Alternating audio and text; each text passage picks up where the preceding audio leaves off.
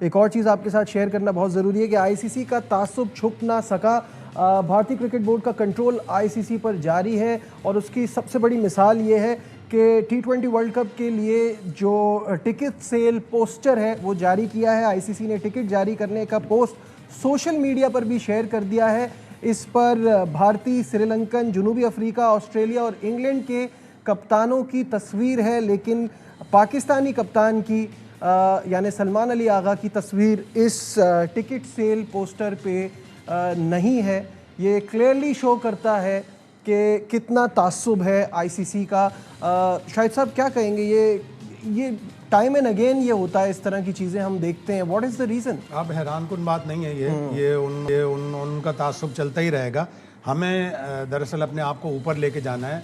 अगर हम world champion होते इस वक्त 2024 में हमारी जितनी बुरी कारकर्दगी थी, अगर हम वर्ल्ड चैंपियन होते तो ये वर्ल्ड चैंपियन को तो किसी भी तरह निगलेक्ट नहीं कर सकते थे। ये आईसीसी की एक ख़ास आदत बनती जा रही है। अब आईसीसी टोटल इंडियन कंट्रोल में है, सारे उनके टॉप ऑफिशियल्स इंडियन हैं, तो इस तरह की चीज़ों से अब मुझे तो कम से कम ताज्जुब नहीं ताज्जुब नहीं होता। लेकिन बेसिकली ये तो हम बार बार कहते हैं कि ये चीज़ जय शाह को भी रियलाइज़ करनी चाहिए कि वो अब सिर्फ इंडियन क्रिकेट बोर्ड के नहीं, आईसीसी के सरबराह हैं और सबको लेके चलना ही उनका काम है। उनकी जबिल्लत में ही नहीं है, वो इस तरह की चीज़ें करेंगे ही नहीं।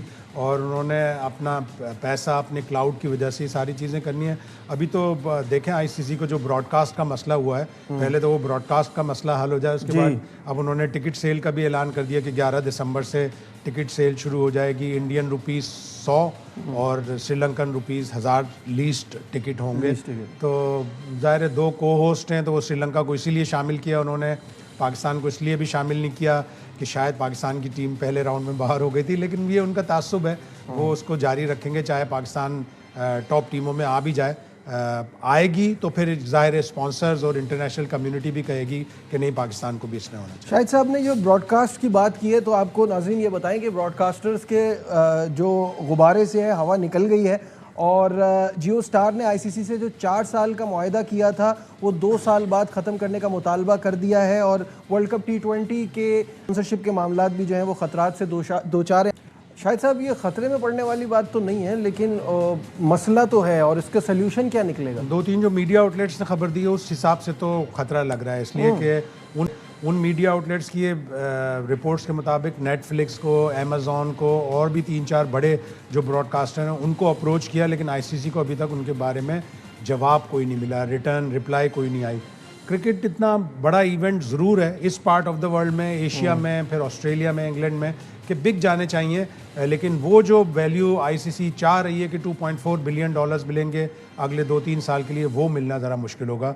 उसके लिए पैसे थोड़े से कम करने पड़ेंगे। तो आपको क्या लगता है क्या सोल्यूशन निकल पाएगी? ये सिचुएशन कब तक सॉल्व होगी? सोल्यूशन तो अब आईसीसी को लॉन्गर टर्म में सोल्यूशन देखने चाहिए। सऊदी अरब की कंपनीज हैं जो स्पॉन्सरशिप करने के लिए तैयार हैं। सऊदी अरब अपनी यहाँ क्रिकेट भी करवाना चाहता है। चाइना है, चाइना को लेके आना पड़ेगा, अमेरिकन फर्म्स को लेके आना पड़ेगा, इस तरह करना पड़ेगा। और फिर ज़ाहिर है जो भी ब्रॉडकास्टर आएगा उसको इतने एवेन्यूज़ मिलें कि वो आगे सबलेट कर सके।